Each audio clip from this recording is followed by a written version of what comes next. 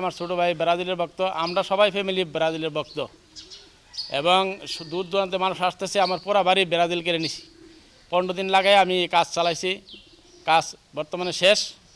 অনেক দূর দূরান্তে মানুষ আসতেছে, দেখতেছে।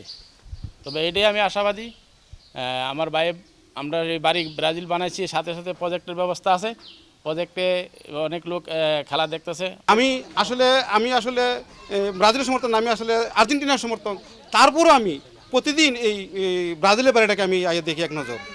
আমার এই ব্রাজিলের বাড়িটাকে এক নজর না দেখলে আমার কাছে একটু ভালো লাগে না।